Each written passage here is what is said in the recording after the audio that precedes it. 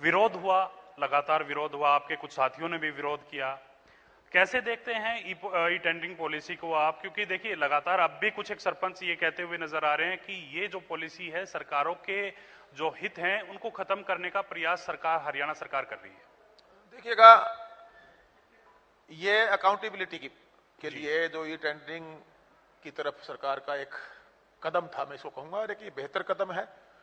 और प्रदेश का जो पैसा जी जनता की सुविधाओं के लिए लगना होता था, जी वो पैसा कहीं ना कहीं शिकायतें बहुत रहती थी। बड़ा डिपार्टमेंट है, छोटे छोटे से लेके बड़े काम, बहुत ज्यादा कामों की जो क्वांटिटी बहुत ज्यादा है जी तो उसमें चाहे अधिकारी कर्मचारी हो, नीचे लेवल से बैठे हो, गांव लेवल से लेके चाहे चंडीगढ़ लेवल तक, या चुने हुए लोग थे, उसमें हमारी जो पंचायत राज के जो भी चुने लोग थे, उन पर आपने देखा होगा कि पिछले समय में बहुत एलिगेशन लगते रहते थे और जांचें भी चलती रहती थी और उसके अंदर कानूनी कार्रवाई भी होती रहती थी। सरकार ने एक अकाउंटेबिलिटी तय की भी, जो ई टेंडरिंग से जो भी पैसा डेवलपमेंट के लिए जाएगा उसकी एक जवाबदेही तय होगी, समय सीमा तय होगी, और वो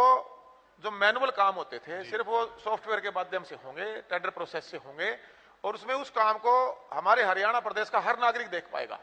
उदाहरण के तौर पे कोई गाड़ी बननी है, उसका कोई भी टेंडर 10, 15, 20 लाख रुपए का लगा, L1 आया, उसके सारे के सारे एडमिशन अप्रूवल तो चुने प्रतिनिधियों ने देने हैं। जैसे हमारे गांव की गली है, उसके अंदर प्रस्ताव पास हुआ, एडमिशन अप्रूवल उसने दिया, भी श्यामलाल से रामलाल जी के घर से गली बननी है, L1 आया, उसको काम दिया, काम के बाद उसकी अकाउंटेबिलिटी का हर गांव वासी और पूरे हरियाणा प्रदेश के गांव वासी उसको टेंडर प्रोसेस के बाद ये देख सकते हैं कि इस गली का, उस गांव का कोई भी नागरिक कि कितना पैसा है, इसके अंदर रोडे का कितना mm डलना है, 4 है, 6 है, 10 है, ईंट का जो साइज है वो क्या लगना है, या और कोई जो भी मटेरियल है उसकी क्वांटिटी उसके अंदर वो होती है। तो ये प्रदेश हित का था। शुरुआत में पंचायतें बनी, कुछ समय ऐसा था बीच में जब पंचायतें नहीं थी, कोर्ट में मामला था, विचाराधीन था, उससे 1-1.25 साल का समय ऐसा रहा जब पंचायतें नहीं थी, डिपार्टमेंटल काम करवाए जा रहे थे। पंचायत आई तो हमें बड़ी उम्मीद थी कि सरकार का एक सहयोग होगा, एक पंचायत का एक बहुत बड़ा परिवार के रूप में कहूंगा, एक बहुत बड़ा डिपार्टमेंट, एक परिवार ही कहूंगा इसको मैं। तो कहीं ना कहीं जो एक परंपरा चली हुई थी, कुछ एक सरपंचों को,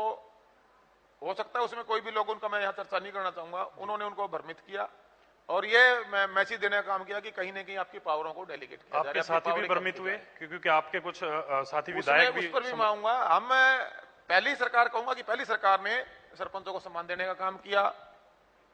शपथ समारोह हमने गांव में कराए, सरकार की तरफ से व्यवस्था की गई, और साथ के साथ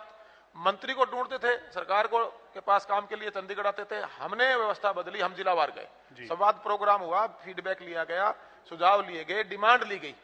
उसके बाद इसमें राजनीति शुरू हो गई। राजनीति शुरू हुई, कुछ सरपंचों ने विरोध किया, कुछ एक सरपंच थे 80-90% शुरू दिन से काम पे हैं, फिर उन्होंने एक माहौल बनाने का काम किया, उसमें विपक्ष ने भी अपना काम उसके अंदर एड ऑन किया, भी कहीं ना कहीं विपक्ष का काम ही रहता सरकार को डिस्टर्ब रखो। लेकिन सरकार का फैसला सही था, हम प्रदेश हित के लिए, जनहित के लिए कार्य कर रहे थे, माननीय मुख्यमंत्री जी ने इस पर स्टैंड लिया और हम सरपंचों को समझाने में कामयाब रहे। आज 99% सरपंच आज सरकार के साथ खड़े होके अपने अपने गांव की डिमांड देखेंगे। आप पिछले दिनों भी मुझे हर ब्लॉक में बुलाया जा रहा है, हर गांव में चाहते हो तो गांव में पॉसिबल नहीं है मंत्री का जाना। मैंने इनको कह दिया, मेरे सरपंच साथियों को भी, हर ब्लॉक में आप इकट्ठे हो जाओ। अगर मान लीजिए ब्लॉक में 40 सरपंच हैं, जैसे मैं बहादुरगढ़ का उदाहरण दूं, 44 शायद पंचायतें थी, 44 के 44 सरपंच मेरी स्टेज पर थे।